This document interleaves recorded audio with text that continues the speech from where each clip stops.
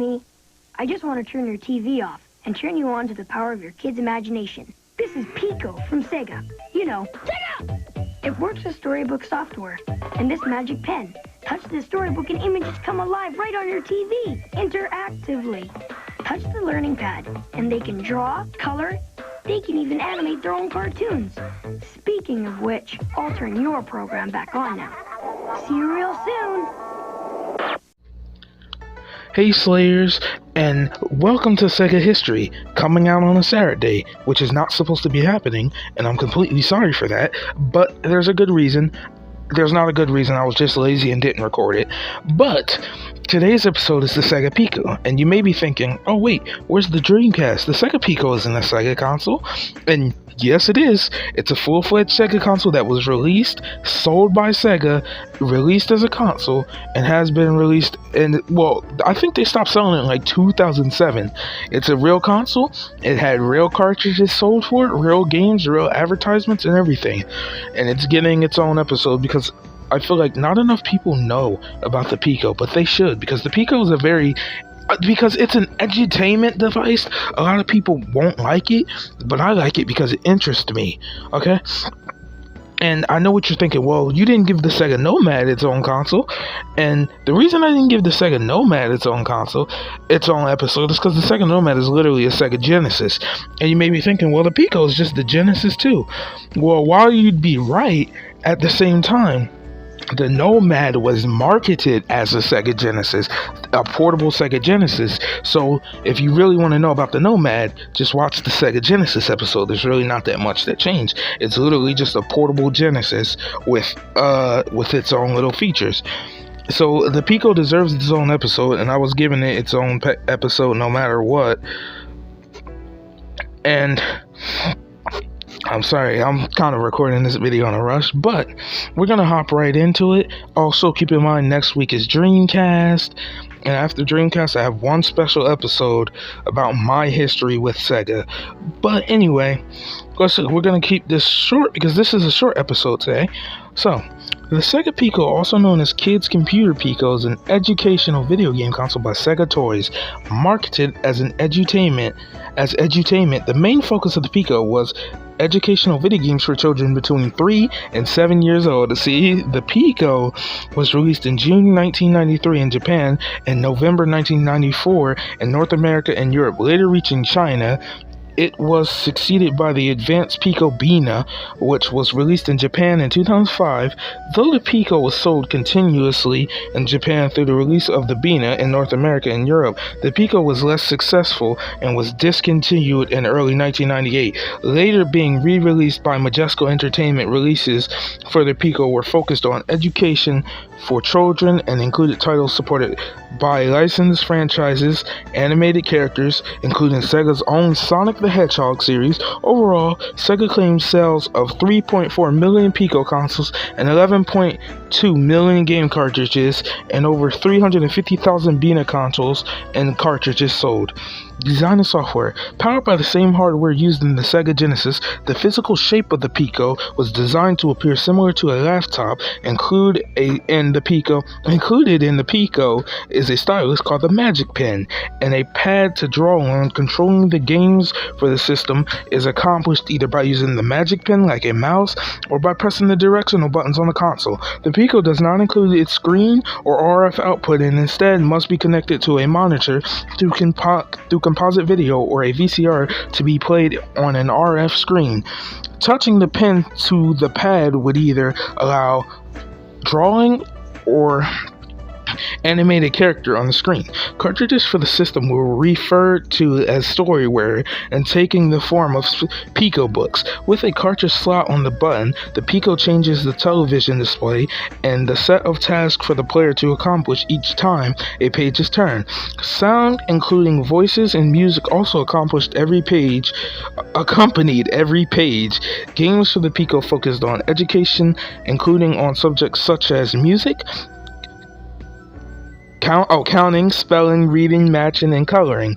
Titles included licensed animated characters from various franchises such as Disney's The Lion King, Adventures at Pride Rock, and A Year at Pooh Corner. Sega also released titles including their mascot Sonic the Hedgehog, including Sonic's Game World and Tails and the Music Maker. According to the former Sega console hardware research and development head Hideaki Sato, the development of the Sega Pico was possible due to the company past work on the My Card cartridges developed by the SG-1000, as well as on drawing tablets. The sensor technology used in the pad came from that developed for 1987 arcade game World Derby, while the CPU and graphics chip came from the Genesis. History. At the price of 13,000 yen, the Pico was released in Japan in 1993. In North America, Sega unveiled the Pico at 1994 American International Toy Fair, showcasing its drawing and display abilities before releasing it in November. The console also was advertised at a price of approximately $160 but was eventually released at the price of $139. Storyware cartridges sold for $39.99 to $49.99. The Pico's slogan was "The computer that thinks it's a toy." The Sega Pico won a few awards, including the National Parenting Seal of Approval, a Platinum Seal Award, and a Gold Medal for National Association of Parenting Publication Awards. After a lack of success, Sega discontinued the Pico in North America in early 1998. Later, a remake of the Pico made by Majesco Entertainment was released in North America in August 1999 at a price of $49.99, with Storyware selling at $19.99. The Pico would later be released in China in 2002, priced at, I don't know what the Chinese currency is. It's yuan, right?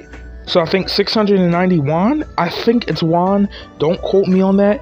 I'm hoping it's yuan, but if it's not yuan, I completely apologize, but I can't remember the name of Chinese currency. In 2000, Sega claimed that the Pico had sold 2.5 million units. As of April 2005, Sega claims that 3.5 million Pico consoles and 11.2 million software cartridges had been sold worldwide. The Pico was recognized in 1995 by being listed on Dr. Toy's 100 Best Products, as well as being listed in Child as one of the best computer games available. According to Joseph, I'm not even gonna try.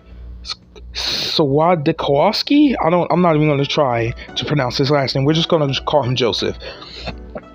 Of the Washington Times, Pico has enough power to be a serious learning aid that teaches counting, spelling, matching, problem solving, memory, logic, hand/eye coordination, and important basic computer skills. Former Sega of American Vice President of Product Development Joe Miller claims that he named his dog after the system because of his passion for the console.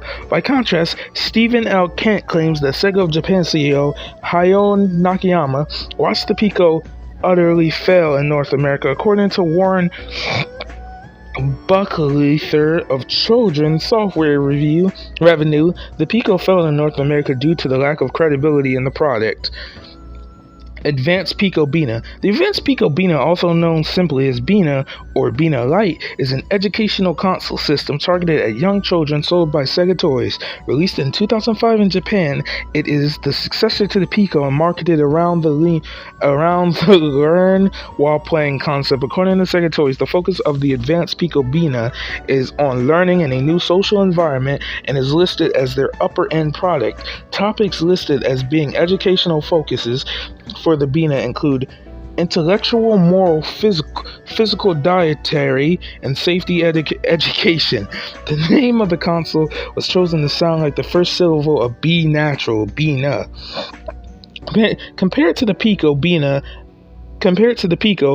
adds several functions. Bina can be played without a television and supports multiplayer by separately sold additional Magic Pen.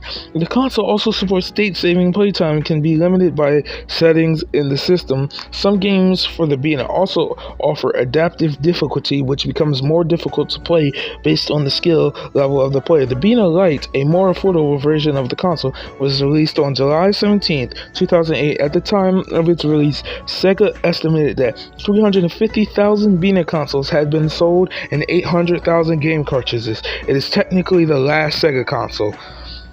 So, that's the end of the story of the Sega Pico. I know it was quite fast. I know this episode was quite short, but I had to get a Sega Pico episode out because I really find it interesting. Which, I know that seems short, but it is a little short story. I know that. And I know it's about educational software and things of that nature. And that may be boring to you, but to me, it intrigues me, the Pico, how weird and unknown it was. But join me next week as we cover the Sega Dreamcast, and after that we'll cover my history with Sega, and that'll be the end of what I want to do is season 1 of Sega History. So after that's done, I'm pretty much gonna take a break from Sega History, probably for the rest of the year, but I might come back to it later on. But I might take a break from the rest of the year after I'm done with my history with Sega. But I hope you enjoyed the Sega Pico episode. I hope you find the Sega Pico interesting. If you want to know more about it, you can always go out and do your own research and maybe even get one if it interests you that much. Because let me explain to you something. Don't emulate games for the Pico, because it's pretty much impossible with at least if you're using a phone, because it's impossible for you to use the draw pad controls. But anyway, that's gonna do it for this week's Sega History. Until next time, if you're new here, please feel free to subscribe, put the notification bell on, and like the video. Helps out a lot. And until next time, see you, Slayers.